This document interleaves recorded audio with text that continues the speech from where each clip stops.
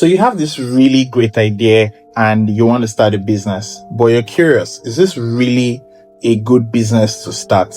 I'm going to give you 10 metrics that you can use to judge whether or not you should go into that business. Number 1, urgency. How quickly do your proposed customers need what you're offering? Is it something they need right now, like food and water? I mean, if you don't eat, you're going to die. If you don't drink water, you're going to die. Or is it something that can wait a little bit, like, say makeup? The more urgent the value you are offering is, the better that idea is as a business. All right, number 2 is pricing potential. This really talks about how expensive you can get your product to be compared to how much it costs to produce it. When you think about something like water, there's a limit to how much value you can add to water, meaning that there's a limit to the pricing potential of water. There's only so much you can add to your water before the price starts to sound ridiculous for water. When you think about fashion, on the other hand, there's really no limit to how much you can attach to your fashion item, primarily because there's always more value to be added to a piece of outfits. There's more that you can do in terms of increasing the value of your clothing, which in turn increases the potential amount of money you can put on it.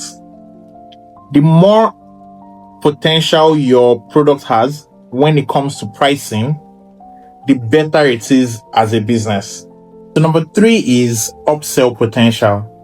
When you sell your product, how many other things can you add to it that the customers will be interested in?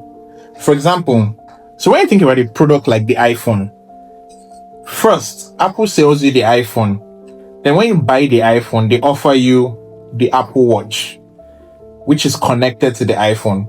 Then they offer you the AirPods, which is connected to the iPhone. Then they offer you space, cloud space, which you need for your iPhone. These are things that they bundle on top of their initial offer of the iPhone.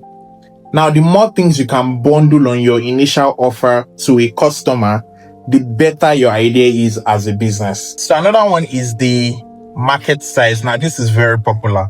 How many people want what you have to offer? How big is that market?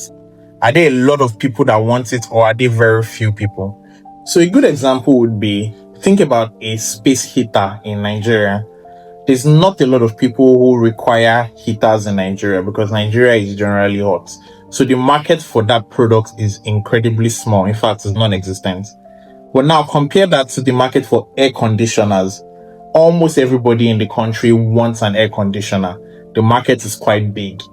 Now, the bigger the market for your product, the better that idea is as a business. 5th one is, how quickly can you go to market? How quickly can you start operating? How quickly can you start selling to customers? If you want to start a barbing salon, you can buy a clipper and immediately start offering home service. You can start immediately. But if you want to start up a bank, that can take years to get license, to get capital, and all of the things that you need. Now, the faster you can go to market, the better that idea is as a business. I'm going to stop at 5. What you want to do is you want to grade your idea on a scale of 1 to 10.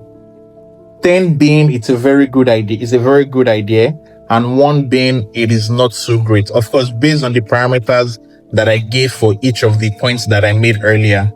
I'm going to share the next 5 in another video, so just look out for that.